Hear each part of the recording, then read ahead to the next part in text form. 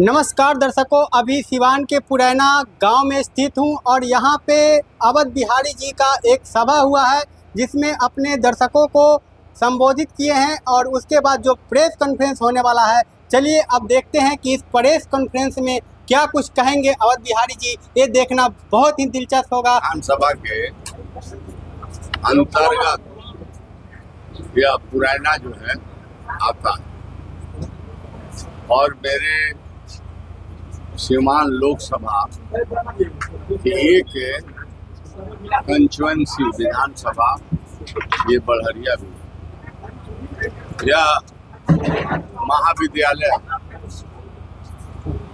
और यहाँ मैं आया हूँ और अपने मतदाता बंधुओं से मैं आग्रह करने के लिए आया हूँ कि मैं एक प्रत्याशी राष्ट्रीय जनता दल महागठबंधन के हूँ। कैसा समर्थन मिल रहा है लोगों का? हमें तो समर्थन काफी मिल रहा है और क्यों नहीं हमें समर्थन मिला। मैंने अपने समझ से कोई उस तरह के गंदा काम ही नहीं किया और जनता की सेवा में बराबर तत्पर रहा। तो समर्थन तो उसको नहीं मिलता है जो समाज के साथ कोई गलत काम किया। काफी अच्छा समर्थन। सर, एक लोगों का सवाल है, जैसे कि हम लोग क्षेत्र में घूम रहे हैं तो लोग कह रहे हैं कि इसके पहले विधानसभा स्पीकर भी रहे अवध बिहारी चौधरी, तो कुछ सिवान के लिए नहीं किए। उन लोगों को कैसे जवाब दीजिएगा? मैंने सीवान के लिए जितना किया है विधानसभा के स्पीकर रहते हुए, अब वो गिनाने से नहीं गिनाए।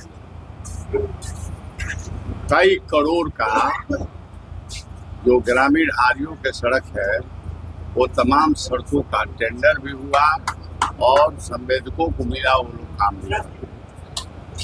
बहुत सारे इरिगेशन डिपार्टमेंट के जो नहर है उस पर रोड बनवाने का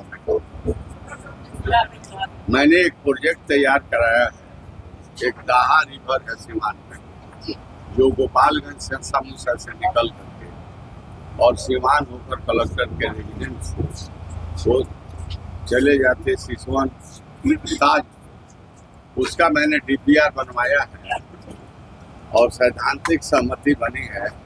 उसके सफाई कराने के लिए अच्छा काम। सीवान में सौदा गृह मैंने बनवाया और सीवान में शहर में बड़े बड़े नाले और बड़े बड़े पीसीसी रोड, ये तमाम चीज बनवाया हूँ। मैं जितना काम कर दिया हूँ, अगर कोई कहेगा तो उसको मैं किताब बना कर दे दूंगा। लगता है कि 200 करोड़ का प्रोजेक्ट में काम चल रहा है। हम कोई बैठने वाले हम तो इतना काम किए हैं जिसका जवाब नहीं। नेताजी, सिवान की कुछ ज्वलंत मुद्दाएं हैं। लगातार जो है, जो भी यहाँ पे लोकसभा जो इलेक्शन हो रहा है, बहुत सारे प्रतिनिधि खड़े हैं और बात भी हो रही है सिवान जैसे। अभी एक मुद्दा है सिसवन ढाला का, लगातार इस पे लोग बात कर रहे हैं। क्योंकि आप भी जो है अध्यक्ष भी रहे और उसी सिवान जो है क्षेत्र विधानसभा क्षेत्र से आप जीते भी, लेकिन अभी तक सवाल उनसे भी हुआ, जय सिंह जी से भी हुआ है और सवाल आपसे भी हो रही है। अभी तक सिसवन ढाला और कचहरी ढाला नहीं बना, जिसके वजह से लोगों को बहुत ज्यादा मशक्कत करना पड़ता है। क्या कहेंगे? आपके प्रश्नों का जवाब एक लाइन। मैंने स्पीकर न रहने के पहले विधानसभा में सिसवन ढाला एनीआर रेलवे के सिसवन ढाला पर अंडरग्राउंड और ओवरब्रिज, रेल ओवरब्रिज, आरओबी बनाने के लिए प्रश्न करते रहा और उस प्रश्न का फल हुआ कि उसके डिटेल प्रोजेक्ट रिपोर्ट बने और डिटेल रिपोर्ट बनने के बाद से उसका एजेंसी है बिहार राज्य पुल निर्माण निगम और तेजस्वी प्रसाद यादव जी पथ निर्माण विभाग के मंत्री थे। तो उसको जो मैंने जितना उसको बनाने में जो कॉस्ट लगेगा उसके राज्य के राजांश होते हैं, स्टेट शेयर, बिहार सरकार जो हम लोग थे तो उसको रिलीज कर दिया है। अब वो जो है चला गया है डीआरएम बनारस और जीएम के यहाँ भी हम जाकर गोरखपुर, वहाँ भी मैंने रिव्यू किया था। एज ए स्पीकर गोरखपुर चले गए। हमारे बेचैनी को समझिए, ये स्पीकर कही जाता है। हम गोरखपुर रेल के सर्किट हाउस में सारे बनारस से लेकर के और सिवान और ये आपका जो है जीएम के, मैंने वहाँ मीटिंग किया और मीटिंग करके उसको ताकत और उसको स्पीड देने के लिए मैंने काम किया। अब वो चला गया है, मतलब दो बात है, स्टेट शेयर और सेंट्रल शेयर। तो स्टेट शेयर रिलीज हो गया, अब केंद्रांश जो मिलने के लिए गई है फाइल रेलवे बोर्ड में। रेलवे बोर्ड अगर उसको केंद्रांश जो राशि है उस पर दस्तखत अप्रूव कर देता है तो वो परसों काम लग सकता है। इसलिए वो बाकी नहीं है, वो हो गया है और रेलवे बोर्ड में जाकर पेंडिंग पड़ा है। मैं चैलेंज के साथ, चुनौती के साथ कह रहा हूँ कि मैंने उसके सारे काम को करा दिया है। और चूंकि केंद्र में जो सरकार है उन लोगों को उसको स्वीकृत करा करके भिजवा देना चाहिए। राज्य में मैंने तो कर दिया। तो फिर भी आपसे कहते हैं कि सिसवन ढाला संकट में है, वहाँ परेशानी होती है, जाम लगती है। मेरे सामने ज्वलंत मुद्दा रहा, मैंने उसको सारे प्रक्रियात्मक कार्रवाई करा दिया है। और फिर आज भी आपसे कहता हूँ कि अगर सीवान की जनता 25 तारीख को वोट दे करके हमें जिताने का काम और पार्लियामेंट में भेजेगी तो मेरा प्रथम प्राथमिकता होगा कि सिसवन रेल ओवर ब्रिज को बनाने के लिए जो लंबित है रेलवे बोर्ड में, सेंट्रल जो उनके शेयर रिलीज करने के लिए तो प्राथमिकता में कराऊंगा। और लगता है कि मेरे ही हाथ से उसका अंतिम होने वाला है। वो तो हो गया है, बाकी कहाँ है। क्योंकि सिवान में अभी पूरे बिहार लेवल पे देखें तो बात कर रहे हैं लोग रोजगार का, फैक्ट्री का, कल कारखाना का। मोदी जी बोले थे कि हम आएंगे तो 100 स्मार्ट सिटी बनाएंगे। क्या आप अगर सिवान में जीत के आते हैं तो पूरा तो नहीं, लेकिन क्या कुछ स्मार्ट हो सकता है सिवान पहले से? मैं उस तरह की बातें नहीं बोलता हूँ जो होने लायक नहीं। मैं वही बात बोलता हूँ जिसको मैं करूँगा, क्योंकि ये 2 दिन का व्रत मैं नहीं करता हूँ। मैं जिस सेवा में हूँ ये हर 5 वर्षों में हमें जनता के बीच जाना है। तो हम वादा कर दें और उसको फिर दोबारा जाए नहीं पूरा करेंगे तो जनता हमसे प्रश्न करेगी, हम मुंह नहीं खुलेगा जवाब देने के लिए। इसलिए मैं आपसे कहना चाहता हूँ कि सीवान के सर्वांगीण विकास के लिए मैं काम करूँगा।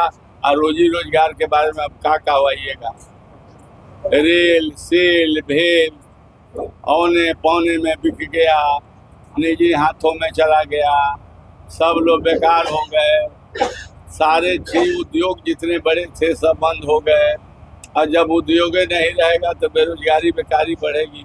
पढ़े लिखे लड़का जो है, बच्चे बचिया, वो पास करके इंजीनियर पास करके डॉक्टर पास करके उन लोगों को नौकरी नहीं मिल रही है।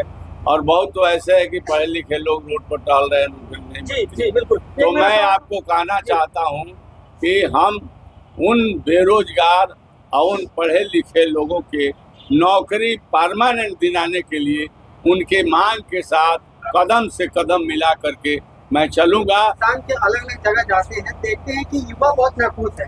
तो युवा के लिए आपका सबसे पहला काम क्या होगा? क्योंकि युवा जो है आज बेरोजगारी के मार से जो है दर दर भटक रहे हैं। तो युवाओं के लिए क्या कुछ आप करेंगे? मैं स्पीकर जब बना तो उत्तर प्रदेश के कबीर नगर एगो जिला नया बना है, उसमें हम चले गए एक न्योता करने।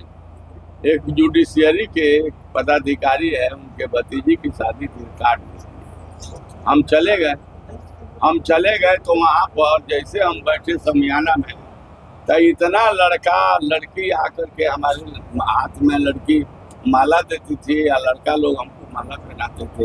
हम कहेंगे भाई हम तो कभी यहाँ वजबे नहीं किए, ये लोग हमको कामना खुशी में माला पहना रहा है। तो मैंने एक आदमी से पूछा कि आप क्या है, तो कहे कि ये जो है शिक्षक संघ के मैं अध्यक्ष हूँ। तो मैंने कहा कि माला कहाँ है, तो आप वही ना हैं? हम कहेंगे कौन है? अरे मूछ वाला जो स्पीकर आपको टीवी में हम लोग देखते हैं, इतना अच्छा स्पीकर, इतना अच्छा असेंबली चलाते हैं, तो आज तो साक्षात आप वही ना है सर, हम यहाँ हम वही हैं। तो हम कहेंगे एगो तो ये खुशी है कि आप लोग अच्छा चलाए तो मला पहना, दूसरा काहे इतना मला पहना रहे हैं। तो उत्तर प्रदेश में मतलब नौकरी नहीं दी गई, दूसरे ही काम में लोग लग गए।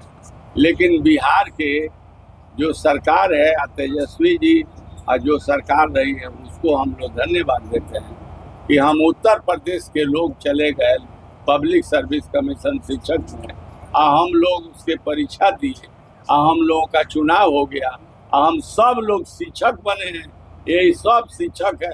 हम लोग उस खुशी में भी आपको माला पहनाते हैं कि आप स्पीकर के कुर्सी से पद सृजन का काम किए, परीक्षा हुआ और हम लोगों की नौकरी मिली। तो कहने का मतलब है कि 5 लाख से भी ज़्यादा 17 महीने में सर्विस बिहार के, जिसमें हम स्पीकर थे, देने का काम हुआ है। और बिल्कुल एक यह सोच है कि अगर केंद्र में सरकार बनती है तो 1 वर्ष में 1 करोड़ नौकरी देने का हम लोग वादा करते हैं।